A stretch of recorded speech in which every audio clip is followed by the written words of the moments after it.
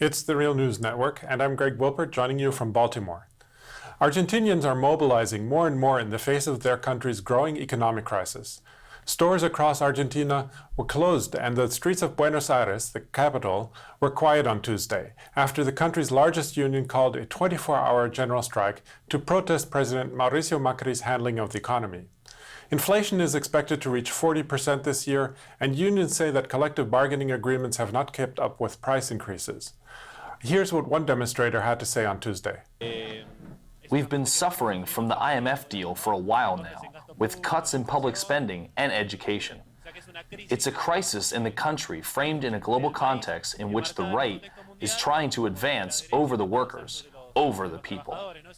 This crisis has been seen in lots of places, not just here, but in places like Greece and France. They, the right, want to advance over the working class, and we're here to stop them from moving even a centimeter because they want the money that's left to be paid to come out of our pockets. Meanwhile, Argentina's currency lost over 50% of its value, and President Macri has imposed austerity and public sector layoffs, causing tens of thousands of people to lose their jobs this year alone. He also went to the International Monetary Fund a few months ago to ask for a bailout to the tune of $50 billion, one of the IMF's largest such commitments to date. Joining me now to look at the latest developments in Argentina's economic crisis is Mark Weisbrot. Mark is the co-director of the Center for Economic and Policy Research in Washington, D.C., and the author of the book Failed: What the Experts Got Wrong About the Global Economy. Thanks for joining us again, Mark. Thanks for having me, Greg. So let's start with the recent news that the U.S. Treasury might give advice or support to the Macri government. Here's what Larry Kudlow, Trump's director of National Economic Council, had to say about this on Fox News recently. I know some of the people in the government, they hate the IMF's medicine. They actually hate the IMF, to be honest. They would much rather be dealing with the U.S. Treasury in some form. Is there any chance that that could happen? Yes. The Treasury is deeply involved in this discussion, deeply involved, which is a great thing. And as you and I learned and others, the only way out of Argentine's dilemma is to set up a currency board. The peso links to the dollar, but you can't create a single new peso. No money creation unless you have a dollar reserve behind it. Right. That worked in the 90s. It brought down inflation and kept prosperity. That's what they need to do it again. Okay. And you know what?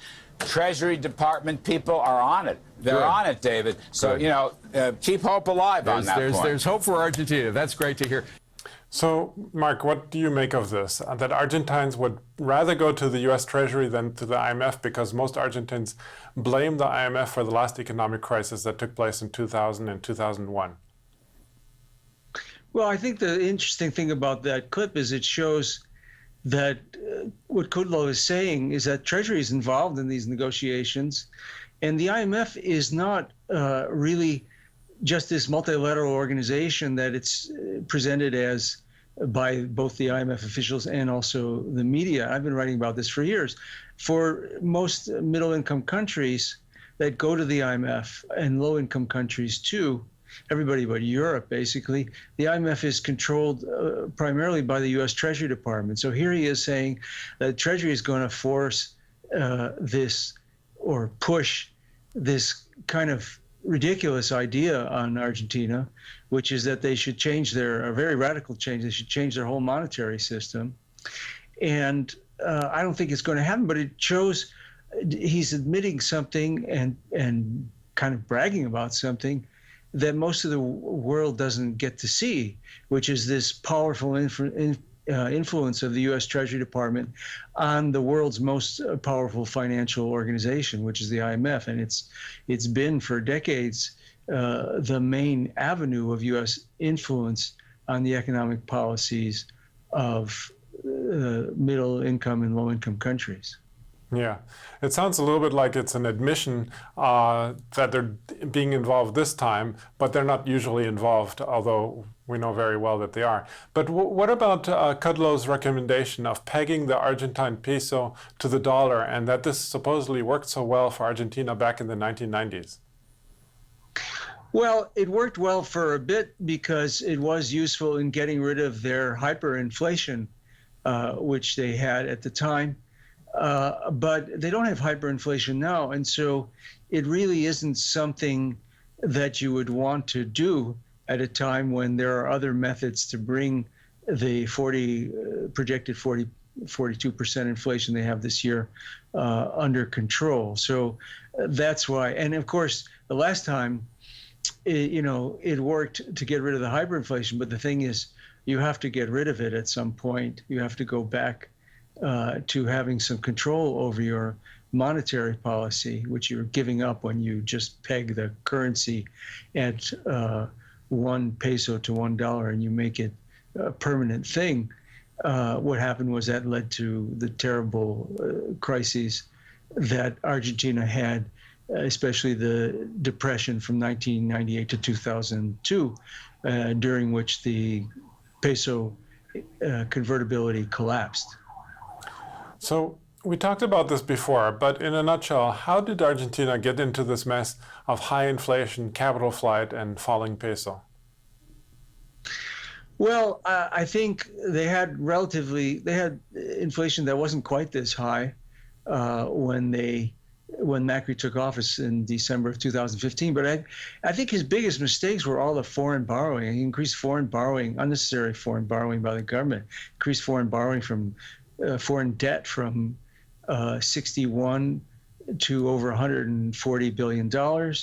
And a lot of that was, because they raised interest rates so high, first to 40%, then to 60% short-term interest rate. So that's the interest rate that's set by the central bank, kind of like our Federal Reserve sets those interest rates here, called policy rates. And that encouraged a lot of speculative inflows. And of course, when in the beginning of May, there was a sudden stop of these inflows, and that's what led to the crisis. And Macri makes a lot of excuses and tries to blame it on the previous government. But there's a little bit of truth in the sense that they did have some inflation, and they did have to settle with the vulture funds, and they had to float the exchange rate, which I think the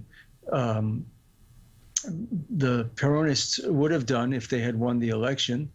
But I think the thing that's really wrong about it is the bigger mistakes were the foreign borrowing and then burning through billions of dollars of reserves trying to defend the peso against the dollar, that is, to defend the exchange rate. The peso has lost 50% of its value over the last year, and it's hard to argue that it would have lost even more than that if they hadn't wasted all that money.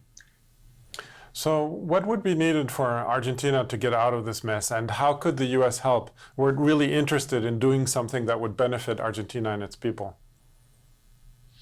Well, they need to change these policies. I mean, they're committed to this austerity. They're going to cut 8% of spending in real terms over the next year. That's the deal they just made with the IMF. This whole IMF package is a very dangerous thing because they can get caught in this cycle like the European countries did and like Argentina did in the late 90s, where they just continue to shrink the economy, which they're doing kind of semi-intentionally in order to reduce the current account deficit, that is mostly trade deficit. And so that's a big problem right there, is the requirements. If the U.S. wanted to help them, they could allow the IMF to help them without shrinking their economy. But I think there's also, there's another bigger problem, and that is that both the government and the IMF share this agenda of trying to transform the economy into something much more unequal. The prior government, the Kirchners, they reduced poverty by over 70%, and extreme poverty by even more than that. And now they want to come back, and they want to do everything they can. They're going to try and cut pensions, for example. A lot of these, shrink the size of the government, do a lot of the standard neoliberal things that they did back in the 90s when they made the economy into its last terrible failure. So you see this, it's a really big thing for the IMF, because the whole world knows how badly they messed up the last time. And they don't want to do it again, because then it'll just be, an even bigger stain on their reputation. But at the same time, they're committed to this program that the government wants too. And there's conflict between the government and the IMF also, because the government has another goal, which is to get reelected next year. And so they want everything, they want the economy to be growing by then. And so that's kind of why a lot of where this crisis comes from. Okay. Well, we're going to continue to follow this story, of course. I was speaking to Mark Weisbrot, co-director of the Center for Economic and Policy Research. Thanks again, Mark, for having joined us today. Thank you, Greg. And thank you for joining the Real News Network.